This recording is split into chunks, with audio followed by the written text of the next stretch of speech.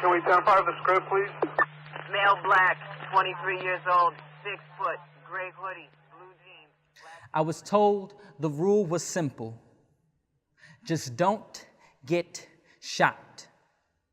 So I found myself running laps around the block, my feet hitting the street as if the concrete were hot on those summer days when we used to play cops and robbers. Elementary school, young and only slightly larger than a toddler, I was already familiar with how a shootout goes. My gun, composed of an index, middle finger, and thumb, when shots fired, bang, bang, everybody would run, blurring our comprehension between danger and innocent fun. We would take cover behind brick walls and trees, convinced ourselves that we could skip, crawl, and breeze past these make-believe bullets we could weave with such ease, shouting, "Stick 'em up" or "Freeze."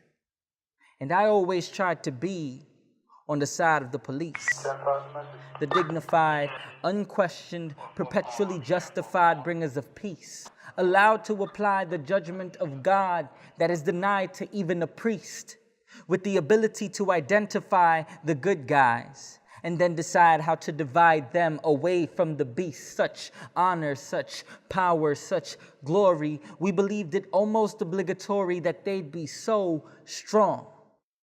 And our child's play taught us that cops could never do wrong, and blindly, we accepted this notion without any hesitation, as if the badge were an affirmation of divinity, an indication of validity for those that are preferred. How foolish, how absolutely foolish we were.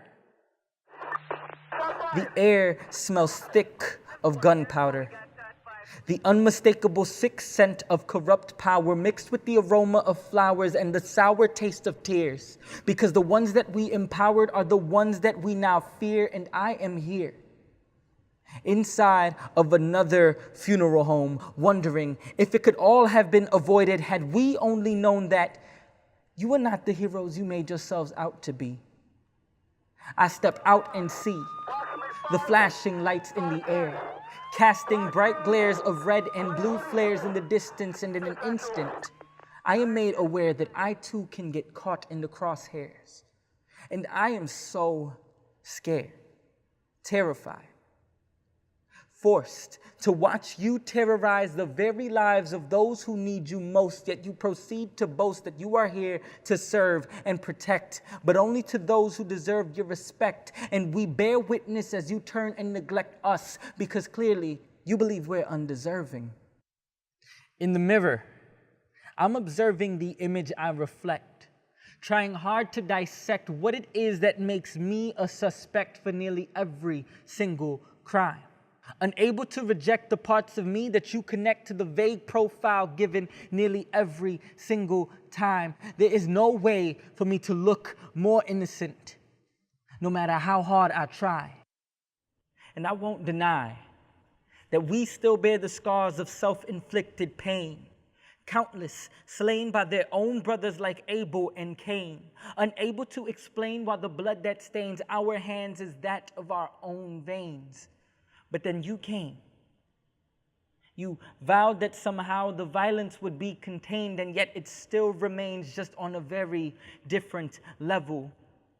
You replaced our burning flames with burning hot metals from the barrels of police-issued pistols. The smoke will not settle, and I can't breathe.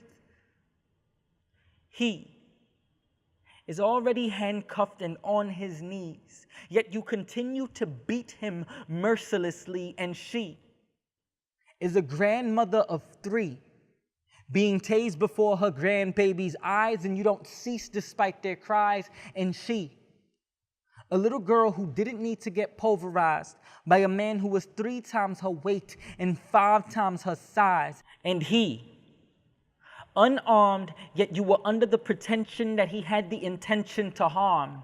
So you put 2 bullets in his back when he chose to run, because society conditioned him to believe that it's a crime to be black. Was his belief fact? Can you answer that question?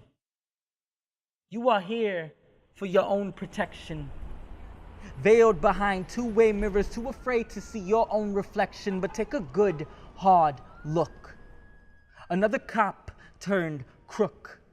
Another walking contradiction. Another coward who couldn't stand by their own fucking convictions and became yet another contributor to our burden and affliction. Is there a prescription that can remedy this disease?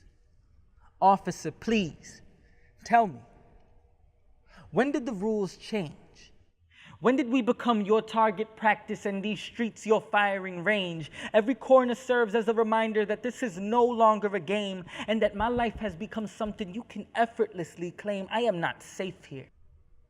So in the days that follow, I'll live on time that feels borrowed. Make promises that feel empty and hollow, like, Mom, I'll see you tomorrow, when I just don't know if that's true. So I hug a little tighter. Say I love you a little louder.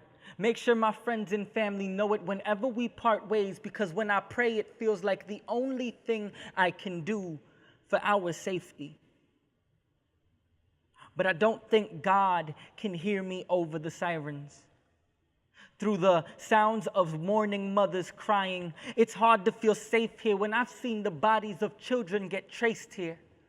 Outlines of chalk that are erased here by raindrops, but the pain is something that we never forgot. Just don't get shot. Well, it's easier said than done. It seems like we get killed just for fun, whether we fight, comply, or try to run. You pull out your gun and bang, bang. One more RIP spray painted for another victim of your hatred. What have we done to you? Are you proud of what you have become? When your finger is on the trigger, do your hands ever go numb? Do you ever succumb to feelings of regret for any of your choices? Wishing you could forget the sounds of their voices? Are you haunted by their faces? Taunted by the places where you abandoned your humanity, where you gave up the remaining traces of your sanity for that badge on your breast? Does it feel like a weight on your chest? Can you breathe? Can someone go and find the ones who would extend helping hands without brandishing guns? Who recognize that our lives have value too? We are looking for you. For the brave few who can acknowledge when a wrong has been committed, who will speak out when their colleagues are acquitted of crimes greater than the ones that land us a death sentence. Are any of you seeking repentance? We need you now, please. Those who understand that the badge does not pardon your atrocities, that it doesn't excuse your animosity, nor does it provide you an extension on the law and policies and allow you to break it. It symbolizes that you vowed to preserve life and not take it. I know you exist. I know you can't all be the same, even though you probably see us that way. I always wonder how they'll try to paint me. Will the 6 o'clock news make me appear saintly, or will they demonize my image by saying I was aggressive rather than timid?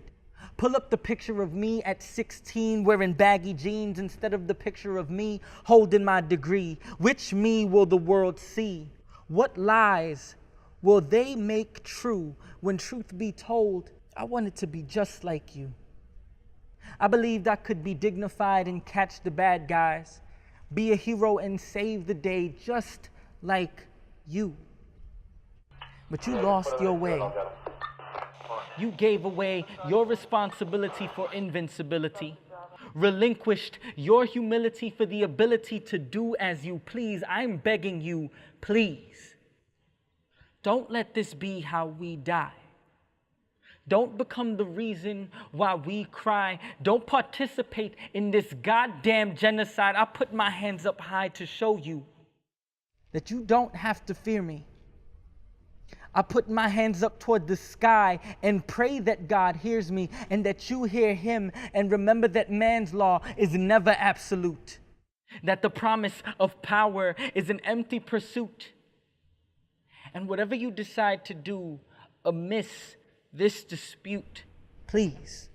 Which unit is this? Just don't shoot. Central, is he on foot or does he have a car?